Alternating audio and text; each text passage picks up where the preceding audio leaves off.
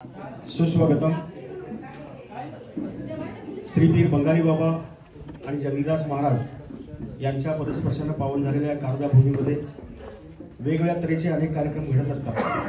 आज आपल्या कारंजा नगरीमध्ये अनोखा आणि तो प्रत्येकाच्या जीवनाशी संबंधित असलेला कार्यक्रम आज रावसाहेब गुडके यांनी इथं आयोजित केलेला आहे। एक तर कार्यक्रम नेमका काय आहे हे बऱ्याच जणांना माहीत नाही आणि मला इथं उभं केलं आहे, मलाही माहीत नव्हतं। फक्त दादांनी मला आता काही क्षणात माहिती दिली, त्या आधारे या कार्यक्रमाचं संचालन मी आपल्यासोबत करतोय। एक तर आमच्या लहानपणी तुम्हाला आठवत असेल, माझ्यापेक्षा वयाने असलेली तर बरेच जण आहेत, पण आम्ही ज्यावेळी लहान होतो त्यावेळी आमच्या दूधगंगा नदीच्या शेवटच्या घाटाला जे पाणी यायचं आणि एक ओढ्या एवढं अंतरावरती पाणी असं दिसायचं, कमरे एवढं पाणी असायचं आणि त्यावेळी सहज बघितलं तर खाली शिंपले दिसायचे त्या पाण्यातून। एवढं स्वच्छ पाणी आपल्या दूधगंगेचं होतं। आज याच दूधगंगेचं पाणी जर बशीत घेतलं तर बशीचा तळ आपल्याला दिसत नाही, एवढं पाणी म्हणजे खराब झालेलं आहे।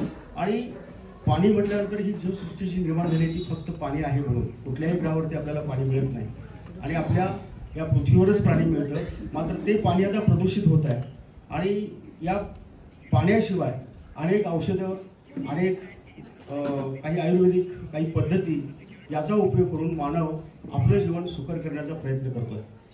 जगामध्ये अनेक असे देश आहेत की त्यांनी अतुलनीय असं संशोधन केलेलं आहे आणि जपान हा देश त्यापैकी एक अतिशय महत्त्वाचा आहे। तर जपान देशामध्ये अशा एका पाण्याचं संशोधन त्यांनी केलं आहे की ते पाणी आपण जर प्राशन केलं तर आपल्याला कुठलाही व्याधी होणार नाही। मग तो उतखडा असू दे, त्याच्यानंतर शुगर, बीपी असू दे, कुठलेही रोग होणार नाहीत, अशा पाण्याचं संशोधन जपानमध्ये केलं आहे। मला वाटतं ती कंपनी आहे इनियाजिक कंपनीनं हे प्रोडक्ट आपल्यासमोर दिलेलं आहे आणि अतिशय या संशोधनातून एक मानवीय साखळी अशी तयार होताना दिसते। तर आज त्या कार्यक्रमाची इथं सुरुवात होते। तर या कार्यक्रमाची सुरुवात प्रथमतः भारतीय संस्कृतीप्रमाणे ईशाचं स्तवन करून म्हणजे श्री गणराया या गणरायाची आरती करून या कार्यक्रमाची सुरुवात व्हावी अशी मी आयोजकांना विनंती करतो। सर्वांनी उभं राहायचं आहे आणि गणपतीची आरती